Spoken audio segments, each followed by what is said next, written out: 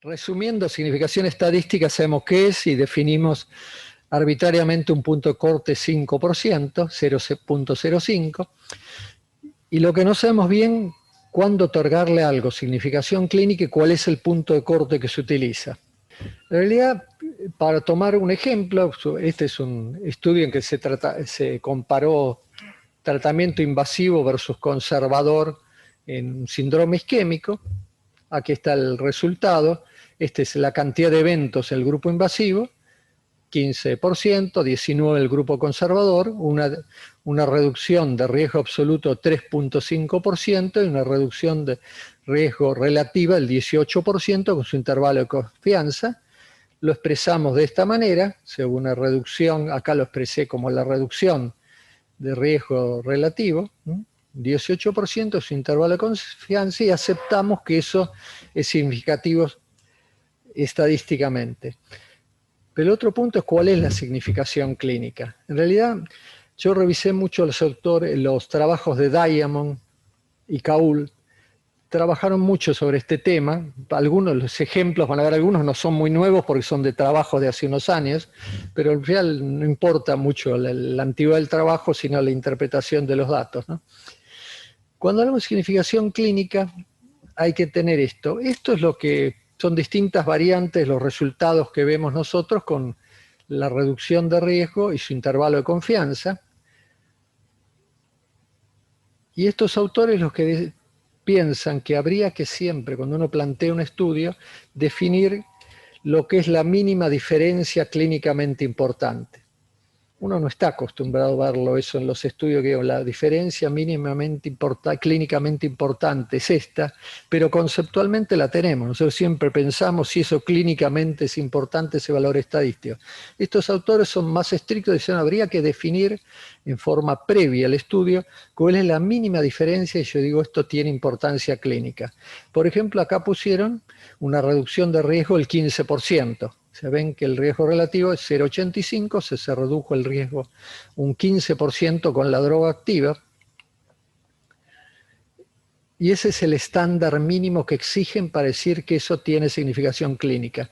Entonces, al resultado de un estudio, en el primer caso, vemos claramente que no tiene significación estadística porque está a ambos lados del punto neutro de la significación estadística, y tampoco tiene significación clínica, pues ni alcanza al punto de corte que pusimos. Y así va definiendo otro estudio que no tiene significación estadística y podría tener significación clínica, pero obviamente atraviesa el punto de corte. Bueno, y así va definiendo los distintos combinaciones de significación estadística y clínica. Y sin lugar a dudas, este último caso es aquel que está con gran significación estadística y también clínica.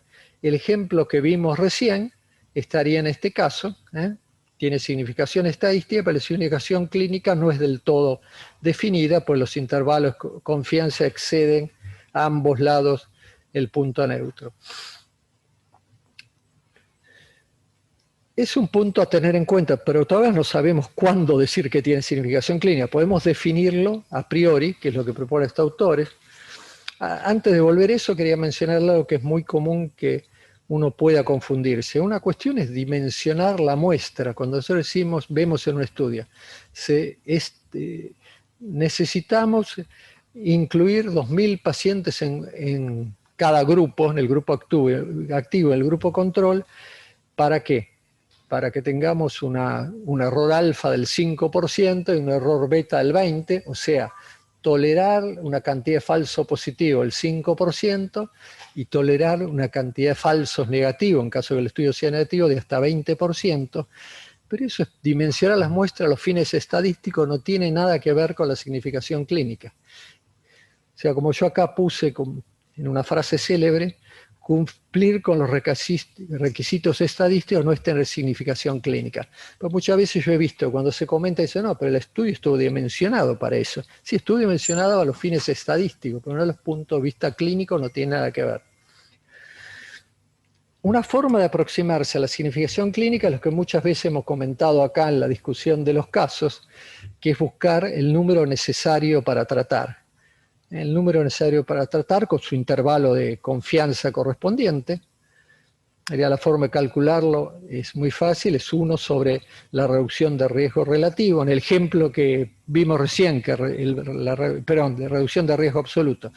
Como vimos recién en el ejemplo anterior, se redució en 3,5% el valor absoluto, recibiendo 1 sobre eso, sobre el 0.035, da 28, debemos tratar a 28 pacientes para reducir un evento analizado.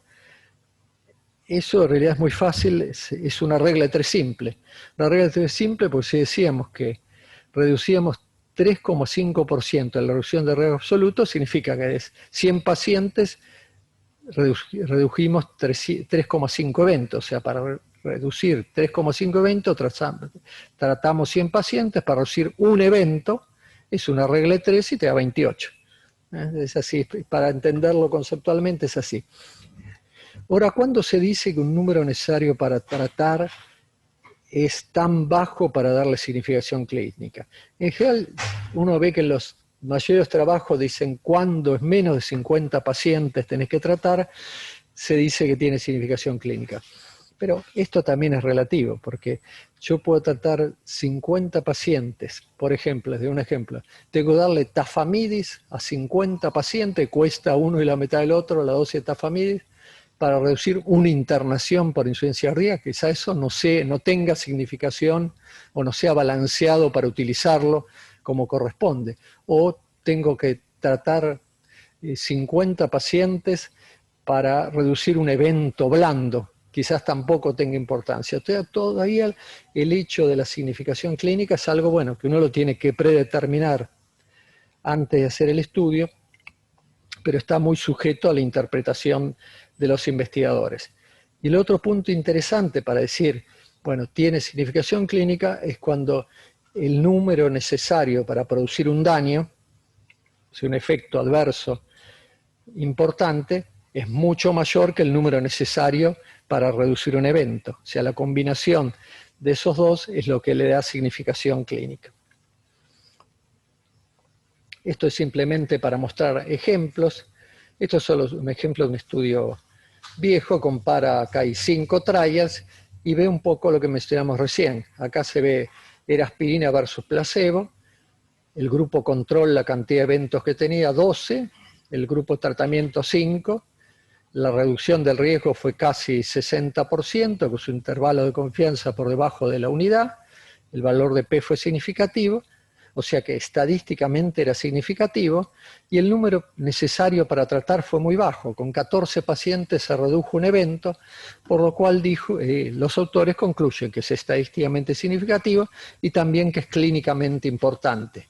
Es como el último ejemplo le había mostrado, y acá en el otro extremo hay un caso opuesto, se redujo muy poquito la cantidad de eventos, esto no fue significativo, pasa a los dos lados de la unidad, la P no es significativa y la cantidad de pacientes que hay que tratar es un montón, o sea que no fue ni estadísticamente significativo ni clínicamente importante. Y obviamente están las situaciones intermedias.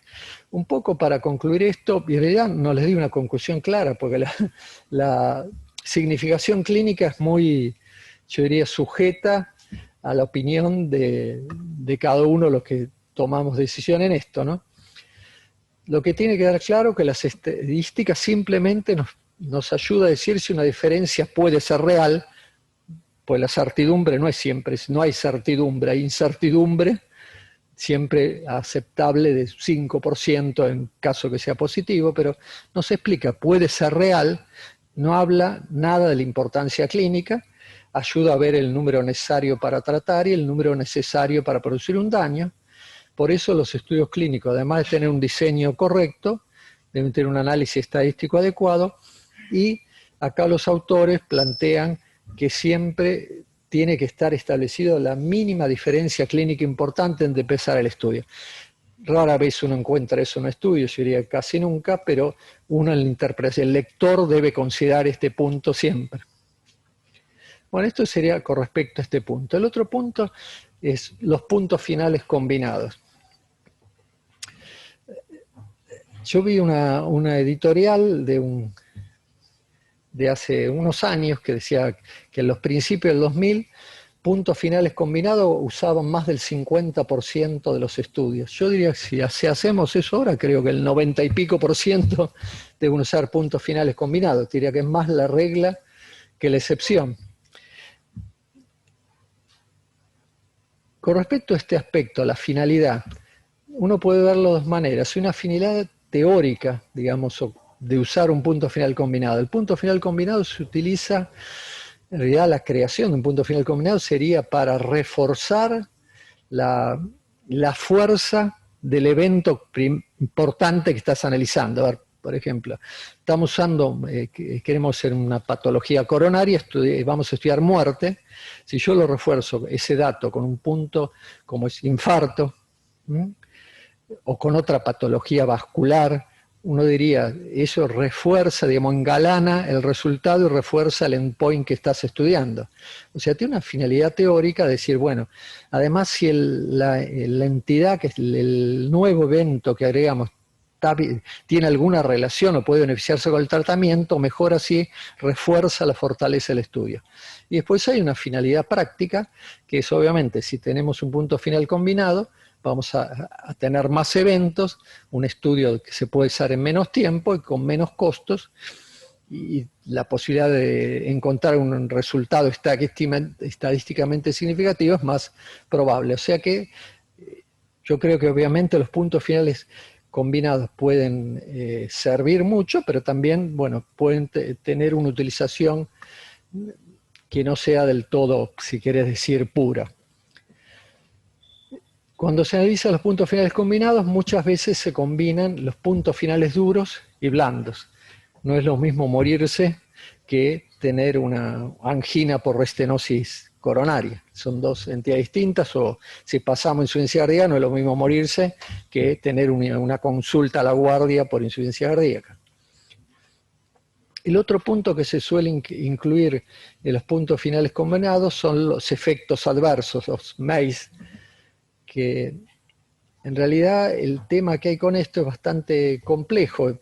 Muchos estudios analizan, ustedes ven bien el beneficio neto, muchos estudios, sobre todo los de antiagregantes, eso está analizando el beneficio neto, y hay que tener cuidado en analizarlos porque muchas veces un beneficio sobre, les voy a dar un ejemplo, esto se ve a veces en los estudios de no inferioridad. Por ejemplo, damos una droga que tiene muy pocos efectos adversos, pero no tiene efecto beneficioso. No beneficia, digamos, no tiene eficacia, lo que tiene es pocos efectos adversos. Esa droga puede hacer que el estudio dé positivo, en realidad, sin tener efecto real sobre lo que estás estudiando. En el punto opuesto, una droga puede tener muchos efectos adversos y ocultar el beneficio o desviar el beneficio total. O sea que la interpretación es un poco más complicadora, creo que tengo algunos ejemplos. Acá lo que la mayoría de los autores plantean, que los puntos finales combinados deberían tener estos requisitos. Tendrían que ser intercambiables entre sí. Debe ser de una frecuencia parecida, porque si vos modificás, no es lo mismo modificar un evento poco frecuente que uno muy frecuente, el impacto sobre el resultado final, ¿no? Tener una importancia parecida y todos tener la mismo tipo de respuesta al tratamiento. No puedes dar utilizar un punto final que no le hace nada a la droga que estás actuando y otro que la droga actúa.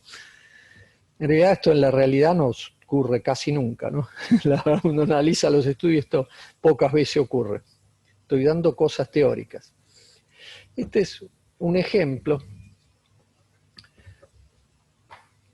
No importa, le va a caer un estudio de stent versus angioplastia sin stent. Bueno, no tiene mucho sentido la hipótesis que trabajaban. Había un punto final combinado que era muerte, infarto no fatal, stroke y futura revascularización coronaria. El resultado del punto combinado fue favorable a esta rama de tratamiento, al stent, pero hubo heterogeneidad en la respuesta, como está medido acá por el índice este. Hubo heterogeneidad porque si vos te das cuenta, todo el único resultado positivo fue la nueva revascularización. No hubo diferencias ni en el stroke, ni en el infarto, ni en la muerte, que incluso una tendencia a ser peor. O sea que en este caso, no es que sea el punto final estuvo totalmente tirado por un punto final que quizás es el más blando de todos. O sea, nuevamente cuando hablamos recién, por ejemplo, decir, bueno, que un punto que no es tan duro puede desplazar el resultado total. Y obviamente tienen peso distinto los distintos puntos finales que se pusieron. Ese otro estudio donde considera un IECA versus placebo en pacientes, bueno, con factor de riesgo y ven si disminuyen los eventos cardiovasculares que tomó acá muerte, stroke, infarto. En todos los casos hubo, el resultado combinado fue favorable a la droga activa. Cada uno de los puntos finales se redujo significativamente. No hubo heterogeneidad entre la respuesta al tratamiento. Este estudio uno lo deja absolutamente tranquilo del resultado. Es decir, bueno, el punto final compuesto fue con una marcada reducción de riesgo y en los tres eventos, los tres componentes del punto final, del punto combinado, ocurrió lo mismo. O sea que es homogénea la respuesta. Este estudio, que también fue positivo, este fue el Tritón con prasugrel versus clopidogrel, el estudio para el punto final combinado, que era muerte, infarto, stroke y sangrado mayor, fue favorable a la utilización de prasugrel, pero cuando uno ve el resultado, es cierto, fue favorable fundamentalmente por la reducción de infarto, pero por otro lado tuvo mucho más sangrado, y fue significativo el sangrado, pero el resultado desplazó el resultado hacia transformarlo favorable. O sea que a veces un punto final puede pesar tanto que desplaza el resultado, incluso un punto final que no es muy agradable. Por eso algunos autores los que dicen es que habría que darle distinto peso a cada uno de los puntos que integran el punto final combinado, que uno de los elementos del punto final combinado. Esto en este estudio mencioné el Tritón, dejaron fijo como lo que tiró el resultado fue el infarto, vieron cuánto tenía que pesar el infarto en esa ecuación para hacer que dé significativo el valor del punto final combinado. Acá puse el punto final combinado, es esta línea punteada acá, que yo marqué 0,05, y vieron que de acuerdo al peso que le daban a la variable, tenía que pesar al menos, este es el peso que le van dando a la variable tenía que pesar un 40% para modificar el punto final combinado. O sea que tiene un peso exageradamente alto para modificarlo. O sea, hay forma de cuantificar el peso de cada variable. En la práctica no se hace. Bueno, acá son algunos ejemplos de lo mismo. En este estudio acá se ve, compara dos drogas, losartán y atenolol, en un punto final combinado de muerte, stroke, infarto. El punto final combinado fue significativo. Aquí está una reducción de riesgo de casi el 20%. Pero cuando uno analiza qué es lo que ocurrió, no modificó ni la muerte cardiovascular, ni el infarto, el que modificó el stroke. No está mal esto, pero lo que está mal es mostrar que, en este caso el losartán, modificó la muerte, el infarto y el ACV, cuando en realidad lo único que dijo fue reducir el ACV. Un ejemplo claro es el ibabradina, que decían disminuyó el punto final fue muerte y internaciones por insuficiencia cardíaca. En realidad lo que modificó fue la internación por insuficiencia cardíaca. Bueno, esto es otro ejemplo también llamativo, que el punto final combinado de utilizar, bueno, esto fue en el caso de tratamiento invasivo, tratamiento conservador en el síndrome isquémico. El punto final combinado, hubo una gran reducción de ese punto final combinado de muerte, infarto y hospitalizaciones, pero lo único que redujo fue las hospitalizaciones y la muerte, aunque no fue significativo, tuvo 2 veces más de mortalidad y se ve claramente cómo está desplazado solamente por las hospitalizaciones. Bueno, obviamente algunas cosas que no se utilizan, pero esto sí me parece que es práctico, son las recomendaciones para el uso de puntos finales combinados o las recomendaciones ya para la lectura de los puntos finales combinados, que es lo que a mí particularmente más interesa. El que lo diseña tiene que hacerlo así y el que lo lee tiene que ver si se hizo así. Tiene que estar justificado la validez de cada uno de los componentes individuales que yo pongo. Si yo pongo un componente que no tiene nada que ver con la patología ni con el tratamiento que estás instalando, eso te puede sesgar totalmente los resultados. Por eso hay que evitar componentes no importantes o de valor incierto. Evitar los componentes que no están afectados por el tratamiento que explorás. Si es un componente que no le hace nada al tratamiento, bueno, puede ser simplemente un hallazgo y nada más. Evitar combinar componentes de eficacia con los de seguridad. Esto es un tema complejo y yo creo que se ha impuesto el tema del beneficio neto, quizás algunos de ustedes conocen más, me puede aclarar, pero realmente genera bastante confusión eso. Yo creo que cuando uno se encuentra con eso, tiene que analizarlo por el número necesario a tratar y el número necesario para hacer daño, para sacar una conclusión. Siempre hay que comunicar el punto combinado y cada uno de los componentes individuales en la manera correcta de comunicarlo. Bueno, acá dice establecer la interacción del tratamiento, ver si es homogéneo o es heterogéneo la respuesta en todos los ítems. Bueno, y acá es este último punto que hablamos, que creo que no se hace nunca, es pesar los componentes según la importancia clínica. Yo en muy poco estudio he visto que analizan, bueno, algunos lo hacen, si analizan, hacen un estudio de sensibilidad para ver cuánto pesa cada componente. Y el último punto, que es breve también, se va siguiendo más o menos, mucha palabrería. ¿Se sigue? ¿Sí? Bueno. El último punto sería el análisis de subgrupos. Hemos visto muchísimos estudios, hemos visto que analizan los subgrupos. Un análisis de subgrupo es simplemente tomar de un gran estudio, por ejemplo, un gran estudio randomizado, tomar una subdivisión de la población inicial definida por una variable. Por ejemplo, tomamos un gran estudio que probaba tratamiento A versus B y después, independientemente de eso, lo dividimos por la edad. Mayores y menores 65 años, o diabéticos versus no diabéticos, o sea, vemos distintos subgrupos dentro del estudio general. Pueden brindar información útil, pero habitualmente uno ve, cuando los lee, que hay una tendencia a sobreestimar los resultados y, por lo tanto, las conclusiones y las decisiones que surgen pueden ser equivocadas. ¿Por qué puede ser equivocado? Yo marqué 2 puntos. Uno que muchas veces lo hemos discutido acá, yo recuerdo a Arturo varias veces lo menciona de esto, es en los análisis subgrupos la probabilidad de falsos positivos. La probabilidad de falsos positivos es muy alta. Fíjense, acá está cómo es la ecuación para calcular la probabilidad de falsos positivos. Si esto es falso positivo A, esto es el valor de P convencional 0,5, la ecuación esta se eleva a la X, se eleva a una potencia que es el número de comparaciones. O sea, cuando vos usás más comparaciones, estás elevando a más potencia, o sea, la posibilidad que dé falsos positivos, la probabilidad que dé falsos positivos es muy alta. Es una manera de calcular la probabilidad de falsos positivos.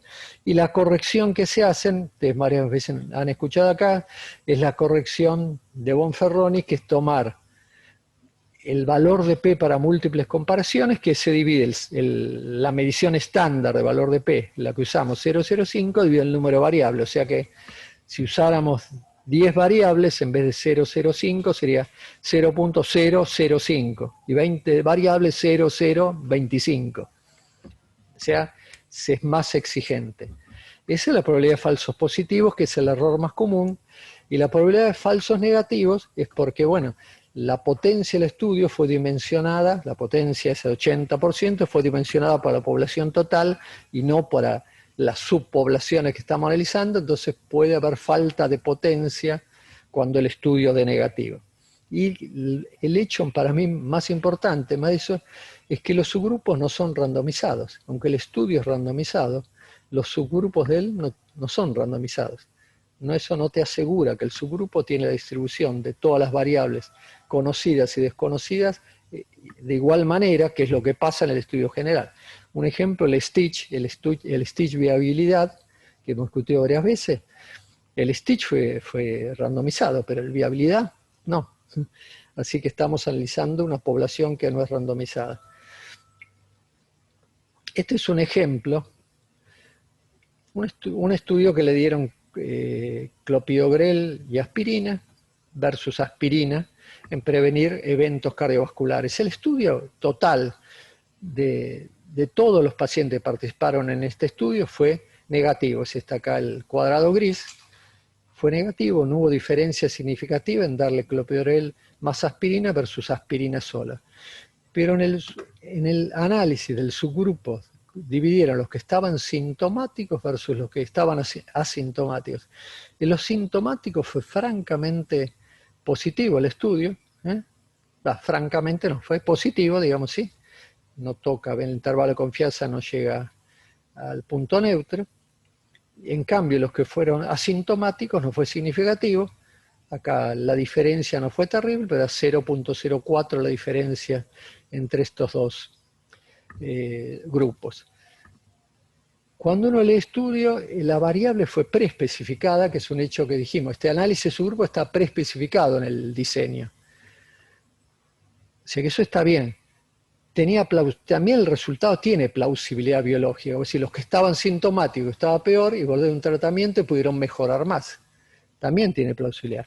Pero tiene algunas otras cosas que me parece que son más graves. Esas son beneficiosas, digamos, las contras.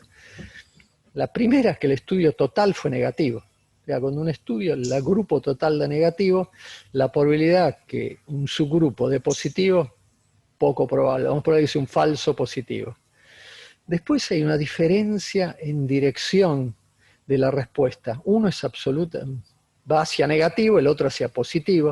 En realidad, la mayoría de los autores que dicen esto es poco probable en un gran estudio que cuando uno analice los subgrupos sean hacia direcciones opuestas. Lo más probable es que haya diferencia en la magnitud de la respuesta, que los dos respondan un poco menos y el otro responda más, pero que se abran uno para el este y otro para el oeste, eso gran posibilidad de falso positivo. Y después lo que escuchamos muchas veces hablar acá, que cuando se hace esto hay que hacer un ajuste por múltiples comparaciones. Acá la P entre estos dos grupos dio 0,04, cuando le aplicaron por múltiples comparaciones dio 0,60. O sea que al aplicar el ajuste por múltiples comparaciones no dio significativo. Bueno, este es otro estudio. En este estudio había sido negativo, era un estudio de tratamiento invasivo versus conservador en síndrome isquémico agudo, no sin supra el nivel de ST. El estudio había sido negativo, pero cuando analizaron tanto a los 30 días como a los 6 meses, un punto final combinado, este era un triple, era muerte, infarto y revascularización, esto es muerte e infarto. Acá lo mismo a los 6 meses se ve que los rectángulos negros corresponden al grupo que tenía troponina alta, troponina T era alta, que dio significativo. Se beneficiaron más con el tratamiento invasivo que con el tratamiento conservador aquellos que tenían troponina alta. En cambio, los que tenían troponina baja no hubo beneficio. Esto ahí lo discute el artículo dice que esto obligó, las guías modificaron y se orientaron hacia la utilización, a los que tenían troponina alta, de tratamiento invasivo precoz. Pero este es un análisis de subgrupo. Al poco tiempo hicieron un estudio, pues esto no fue un estudio a explorar esto, el estudio fue para la población total. Luego hicieron un estudio, quizá José se acuerde que analizaron exclusivamente los pacientes con troponina alta. Todos tenían troponina alta, estaban randomizados los dos grupos, y los randomizaron a tratamiento invasivo precoz o tratamiento selectivo invasivo, o sea, más conservador, y no hubo diferencias. O sea, cuando un estudio se dirigió exclusivamente, eso no fue un subanálisis, no significativo. Y estas serían las recomendaciones para el análisis de subgrupos.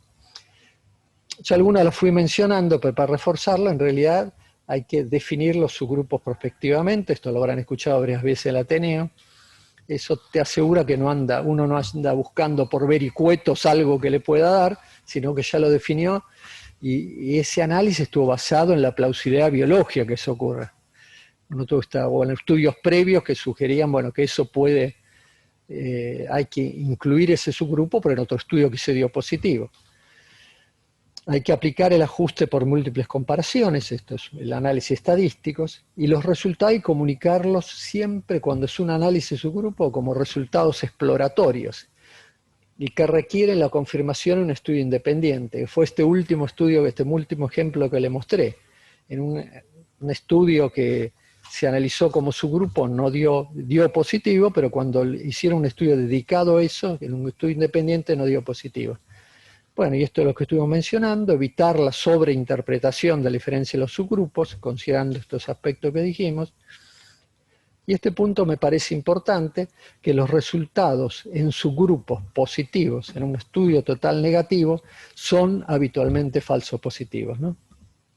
Creo que sí, esta era la última. Bueno, nada más. Yo sé que es medio largo y pesado, pero me pareció que eran los puntos que discutimos muchas veces en estos Voy a abrir un poquito la discusión. ¿Quién quiere opinar? Doctor Navarro.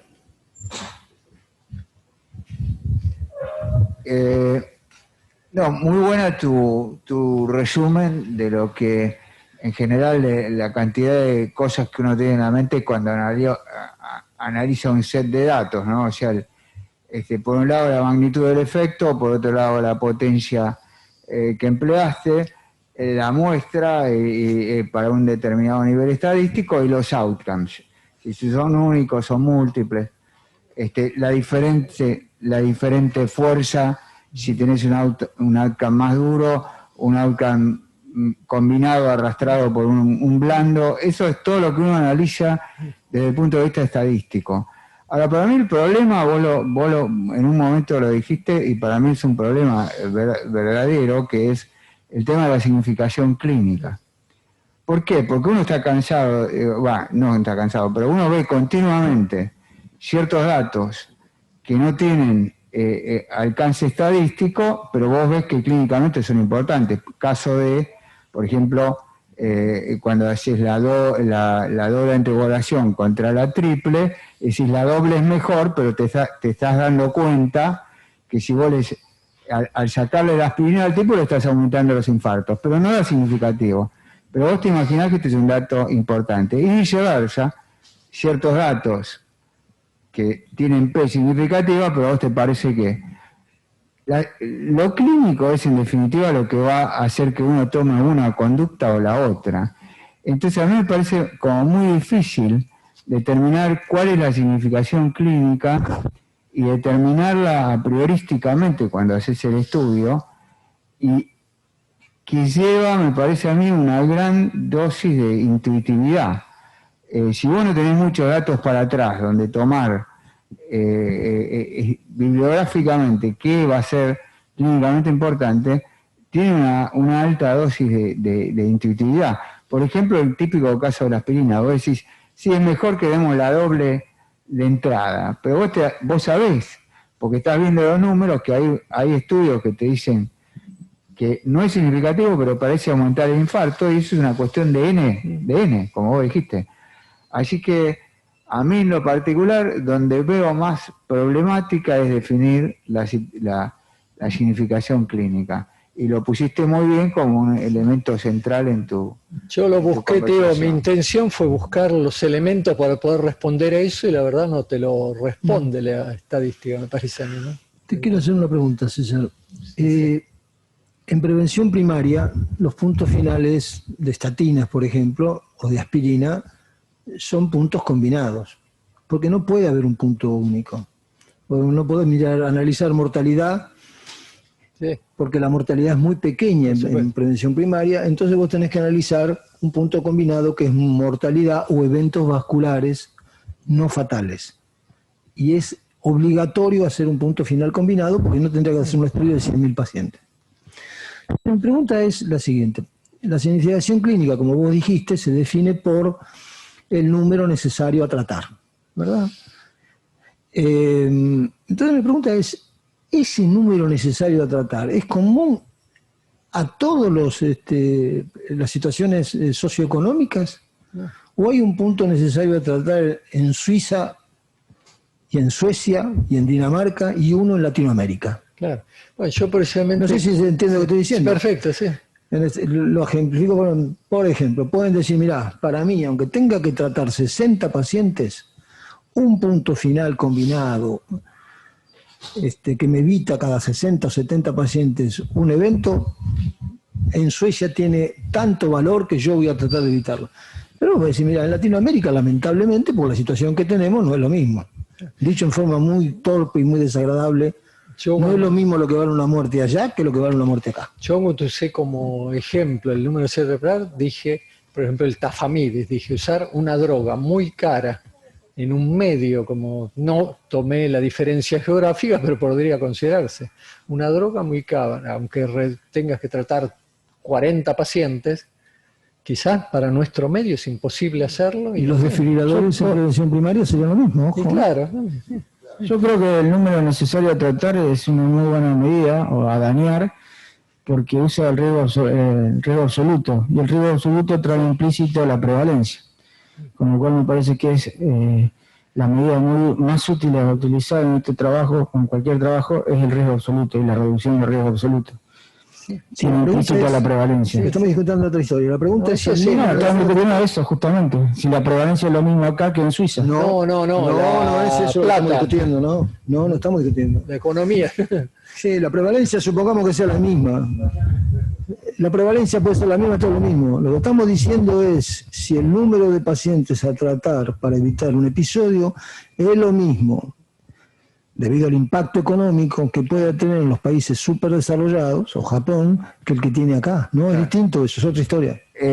Sí, completamente de acuerdo, pero además el NNT en sí mismo, depende mucho de qué evento estemos hablando. No es lo mismo el NNT para evitar una hemorragia cerebral que para evitar un sangrado menor. O sea, es un significado, aunque el NNT sea el mismo, el significado es completamente distinto.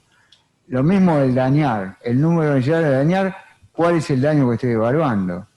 O sea, la significación clínica tiene que ver con ese número, pero también tiene que ver con el evento que yo estoy analizando. Por eso una cosa dirigida a esta expresión, tal es así, eso es tan importante, digamos, lo que decís vos, lo de los efectos adversos, el número. Ahí leí uno de los artículos que pone como 10 artículos y los MAIS eran distintos los 10 artículos. O sea, también lo que consideras como efecto adverso, que lo incluí después en el número necesario para dañar, era distinto en 10 artículos. O sea que también depende de lo que pongas ahí, ¿no? Además del peso individual distinto que tienen, como decís vos, los que consideran también, ¿no? Parece que el comentario que hizo José es muy desafiante, que algunas veces no nos importa la diferencia estadística y sí la clínica. Que no sea significativo, tiene una P de más del 0,5, pero la clínica manda todo. Y yo creo que eso es peligroso. Sí, no se puede ver. Cuando vos ejemplificás con que en el escenario de la anticoagulación, la doble antiagregación es peor que la integración simple, no te estás refiriendo a un estudio, sino a una multiplicidad de estudios que después del primer estudio, que era el Watchit, no sé cómo se llama, que demostró un camino, después de ahí hubo sistemáticamente una tendencia que el triple esquema era peor. Entonces, pero yo diría que, ojo, en principio nosotros nos manejamos con la significación estadística y de ahí nos movemos para el otro lado y no al revés. Pero, sí, perdón. No, pero me parece que la significación estadística es lo único que me dice es si el azar tiene un papel o no. Digamos, lo otro es solo eso. No sé por qué tanta relevancia. Es si los hallazgos de un estudio son pasibles de ser por azar o no. Eso es para lo único que sirve la estadística. Salvo que ¿Te estén parece hablando de poco, estadística Luciano? ¿Te inferencial. parece poco saber si algo es azaroso, que es como No, resultado? pero Como eso resultado? y hay que limitarlo a eso. Después, si sirve como tratamiento, eso depende de, No, pero de estamos la diciendo clínica es... y de la inteligencia del médico que lo está llevando adelante el estamos estudio. diciendo otra cosa, Luciano. Pero Estamos es solo el azar. Lo que, bueno, pero es mucho. Estamos diciendo de que en un escenario en el cual no sabemos si lo que estamos haciendo es bueno o es azar o es el resultado del azar, si nos vamos a obviar de eso para hacer un tratamiento, para tomar una decisión clínica. No, yo diría que no. es una parte, pero no es la única. Y me parece que muchas veces la tomamos como si fuera la única. Pero es el 90% de la parte. Ahora, sí, es muy importante. Si algo no es, por supuesto que es en aquellas cosas en las cuales... Y es totalmente manejable, porque si usted aumenta el N, lo más probable es que encuentre significación estadística. Esto va entonces a el número necesario a tratar. Volvemos a lo mismo, Luciano. Si entonces vos tenés que aumentar mucho, significa que tenés que tratar mucho para evitar un evento. Mi pregunta inicial fue si es lo mismo esto que en Dinamarca. Ahora te quiero hacer una segunda pregunta. Vos dijiste ahí que la combinación de efectos colaterales es decir, efectos beneficiosos con efectos perjudiciales es un problema. Sin embargo, hay un montón de situaciones en las cuales nosotros decimos beneficio clínico neto. Sí, ¿Cuál es tu opinión con respecto a este punto que es el beneficio clínico neto? ¿Cuántos infartos prevengo sin que haya una hemorragia mayor? En realidad, ¿Cuál es tu punto de vista en ese sentido? No, yo creo que por eso parece cuando se pone un punto final combinado de ese tipo, lo que hay que analizar también la respuesta individual de cada uno y nuevamente vuelvo a el número necesario para tratar y el número necesario para dañar. Pero ahí no entra eso, ¿eh? Sí. Porque ahí si es a favor de lo otro, digo, a ver, si la diferencia es mínima, volvemos otra vez al número necesario a tratar. Pero mi pregunta es el hecho de combinar estas cosas. ¿Cuál es tu punto de vista el hecho de combinar más allá del número necesario a obtener un beneficio clínico neto? Si fueran absolutamente equivalentes los resultados de un lado para el otro, yo diría que se pueden tomar, pero muchas veces no son equivalentes. Pero suponte que a vos te dicen, mira, disminuye el infarto tanto, Sí. pero si vos le sacás, le restás a esto cuántas hemorragias ganás, eso es número necesario a tratar. ¿Ese dato clínico para vos es relevante o no? No sé, no lo tengo bien claro, porque me da la impresión a mí que... Pero fíjate lo siguiente, en prevención primaria, la aspirina demostró que evita los infartos, 30%, Sí. pero gana tantas hemorragias que automáticamente no queda, y eso es beneficio clínico neto. Este es un ejemplo. No, pero yo quería contestarle. Eso del beneficio clínico neto me parece que es crucial y central, siempre y cuando la potencia, por decir así, del evento que vos considerás favorable y la potencia del evento que vos considerás negativo sea parecida. Bueno, es eso lo que le dije a Arturo. Si vos llamás beneficio clínico neto y comparás como efecto favorable, por ejemplo, ahorrar un infarto y como efecto negativo una hemorragia en el dedo meñique, es una cosa. Ahora, si vos comparás ahorrar un infarto contra una hemorragia cerebral, es otra cosa. Es correcto, es correcto. Mirá este gráfico, este es un poco resume eso, el compuesto, está bien, no es el neto, pero es un compuesto que pone puntos de eficacia a la izquierda, acá sobre todo la reducción del infarto y acá hemorragia. Acá no hay duda que es prefiere quizás tener un infarto, que sea un infarto no fatal esto, que una hemorragia mayor.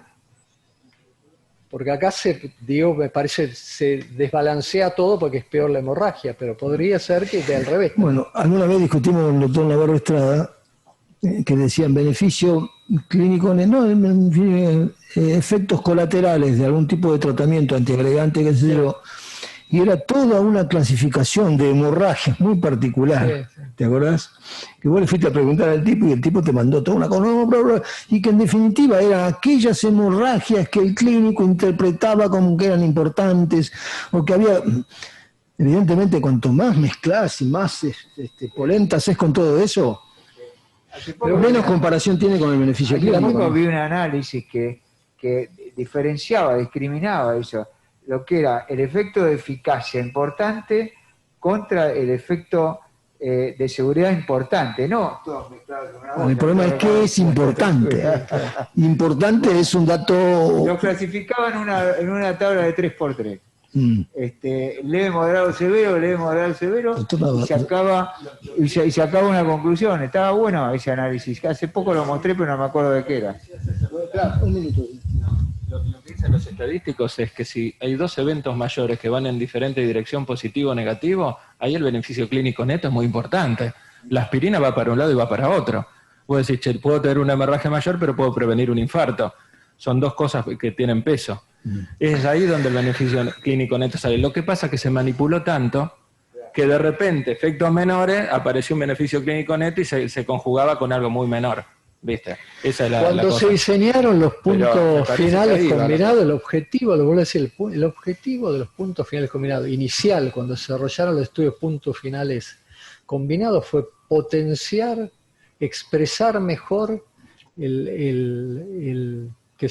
eficacia del resultado. Por ejemplo, si vos tomas mortalidad cardiovascular, agregarle puntos vinculados con lo mismo y que se benefician con el mismo Pero tratamiento. no en prevención primaria, porque si vos tenés que hacer un estudio para demostrar que las estatinas disminuyen la mortalidad de cualquier causa, tenés que tener 40.000 pacientes, 50.000 pacientes. Y eso es impracticable. Por lo tanto, en prevención primaria todos los estudios son con un punto final combinado. Muerte cardiovascular o eventos vasculares no mortales, porque es imposible hacer otra cosa. Pero eso van en la misma línea, no es un efecto adverso que tira para el otro lado. Espera un poquito. En prevención primaria, cuando le dieron la aspirina, se disminuye la muerte y el infarto, pero se incrementa la hemorragia. Y esta situación se da tanto en el paciente con más o menos riesgo vascular, por lo tanto, en todo el rango de riesgo vascular, el beneficio clínico neto de la aspirina en prevención primaria no funciona. Así terminó. Te voy a hacer otra pregunta con respecto a los subgrupos, César. Vos perfectamente dijiste, el análisis de tu grupo tiene falsos positivos y tiene falsos negativos. Particularmente los falsos positivos, ya sea que se demuestre un efecto o que no se demuestre un efecto, es el resultado de la múltiple comparabilidad. Ahora, ¿por qué en todos los ensayos, todas las grandes comunicaciones, siempre y sistemáticamente hay un análisis de subgrupo?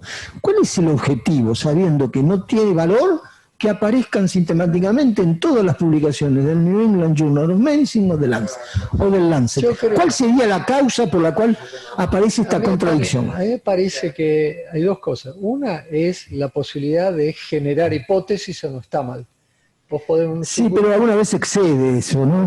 Bueno, una es eso, generar hipótesis. Vos dirías que todo lo que aparece en análisis de subgrupo... No me dejaste terminar. Te dije que eso es una de las posibilidades. Me parece bueno analizar su grupo porque te permite después hacer un estudio dirigido a eso. Perfecto. Ese es un punto, digamos, el punto angelical. Angelical. ¿Ese es un punto importante o secundario, diría?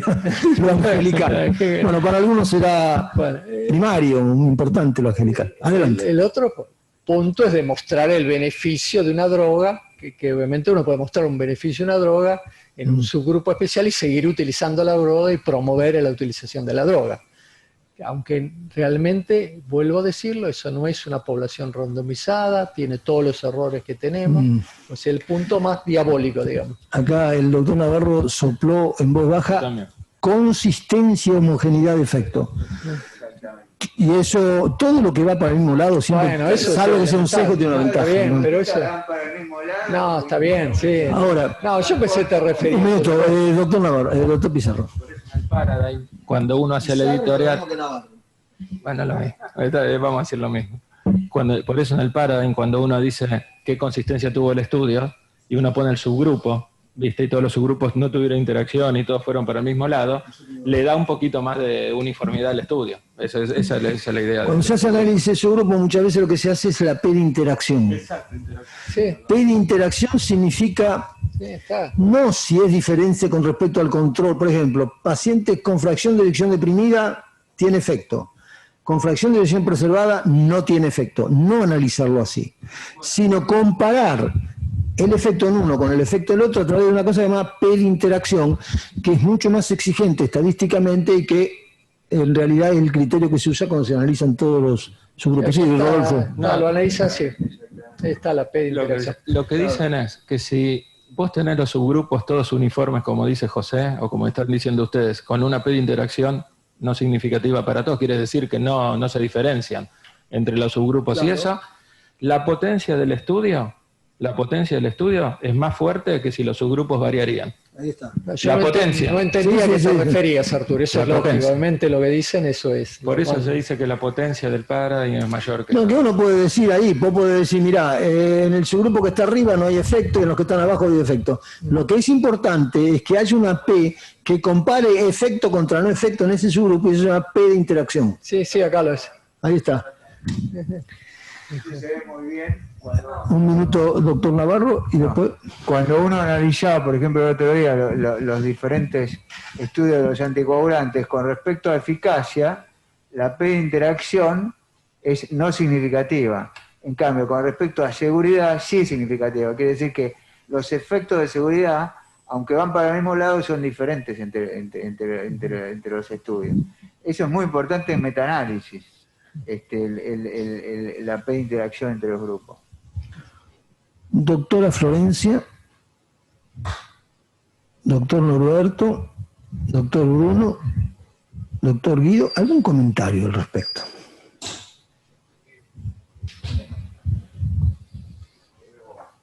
¿Ningún comentario? Nada, no tengo nada. Yo creo que una conclusión grande de lo poco que puedo aportar. Yo creo que cuando la estadística no es contundente en la intervención y se da lugar a la interpretación y al número de pacientes también que se usan, o sea, se puede usar para balancear tanto de un lado o del otro. O sea, cuando la estadística es realmente contundente o los trabajos son realmente importantes, yo creo que no hay mucho lugar a la discusión. Y por otro lado, el problema es que no es binario la historia, no es contundente versus no contundente. Son grados de contundencia o de incontundencias. Claro. Entonces, cuando es en el análisis global. Los tipos que hacen esto, ustedes, que hay miles de millones de dólares detrás de esto, son extraordinariamente inteligentes, son tipos brillantes, que van a maniobrar con los números para finalmente mandar la cosa para un sentido. Por eso y que solo el tiempo después va a decir, mira, la verdad que esto no está importante. Pero después que pasó eso, ya el beneficio económico, más allá del clínico neto, ha sido contundente. Yo creo que cuando se hagan un análisis de metadatos, o sea, cuando se pueda llegar a eso mediante los metadatos, la inteligencia artificial y demás, realmente ahí vamos a saber si esto se... ¿Sabes lo que pasa, Norberto? Me parece que los metadatos nunca corrigen el sesgo. Vos podés tener 2 millones de pacientes infartados y si el sesgo que es de variables que no aportan. Lamentablemente los diseños experimentales para situaciones de este tipo siguen siendo críticos. Uh-huh. Es decir, la mega información no corrige sesgos. Tampoco se podría... Eso se corrige solamente con la P. Okay. Me parece que yo qué mensaje quise dejar. Yo el mensaje hice así, primero, recién Lucho decía, y bueno, pero todos sabemos que una cosa es la estadística y la clínica. Bueno, todos lo sabemos, pero en la interpretación de los estudios, en la lectura del estudio no siempre se considera. Yo creo que si vos lees mucho de los trabajos, ahorita no se considera el valor clínico y el valor estadístico. No, justamente. Después, con respecto a los puntos finales combinados, yo creo que muchas veces puntos finales, muchos estudios el drive lo dirigió un punto blando y no un punto duro. Eso también pasa con frecuencia. Después, con respecto al análisis subgrupos, bueno, eso lo hemos visto muchas veces, o que a veces surge de un análisis subgrupo potenciar la utilización de una medicación simplemente porque se viene en subgrupo. Ese ejemplo que yo di, pusieron en las guías que había que hacerle, que tenían troponina alta, y eso fue hace 15 años atrás, ¿no? Hacerle intervención precoz, después lo sacaron. Y claro, sí. Pero el problema es cuánto tiempo tarda en sacar eso, ¿no? Ya hay un beneficio más allá del clínico neto. El sesgo nunca se corrige con la P para mí. Claro. El sesgo se corrige con el diseño del estudio. Si está mal el diseño, la P no va a corregir. Totalmente. Bueno,